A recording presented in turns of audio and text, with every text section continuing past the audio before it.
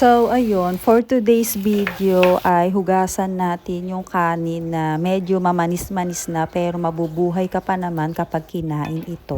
Nang ito ay aking mahugasan ng ilang beses ay di aking nang isinangag at ito nga ay naging okay naman siya. Ayan, at ito nga yung umagahan.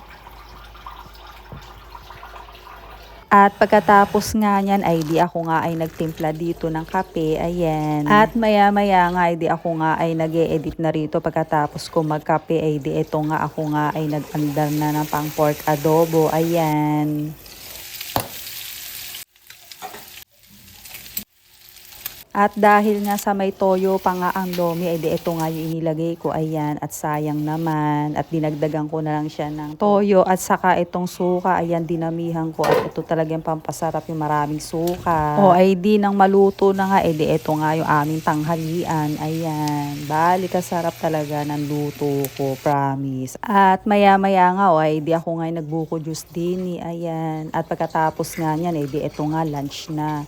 At dinagdagan na nga laang na lumpiang sariwa na binili sa labas. Ayan. Ay di pagkatapos nga mag-lunch, di eto nga sarap buhay nga itong mga pusang ere. Ayan. At pagkatapos nga niyan, lumabas ako ng bahay. At nakita ko nga tong bantam chicks. At saka tong bantam hen. Ayan. Silang mag-iina. Ayan. Ang cute nila.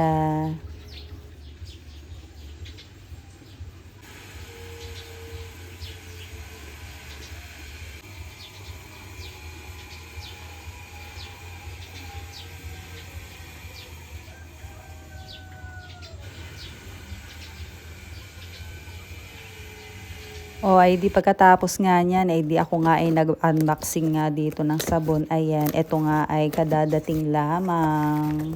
Ito ay kay mother na pinabili.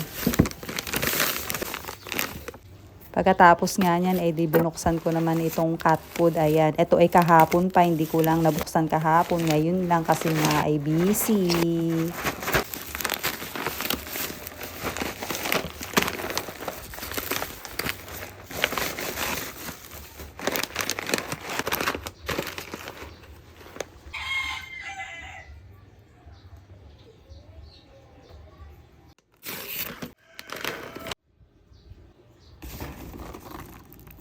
At maya-maya nga, di nagbalat nga ako dito ng mangga na super kaasim, ayan. At saka itong watermelon na sobrang tamis naman, ayan. At yung mangga nga, hindi ko nga nakain.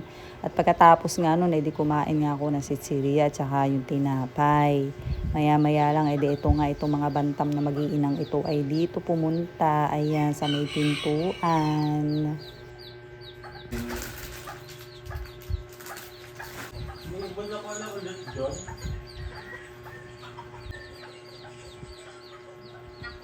At ayan nga pala yung binuksan ko kanina na parcel, ayan, na cat food, na gustong gusto naman nila.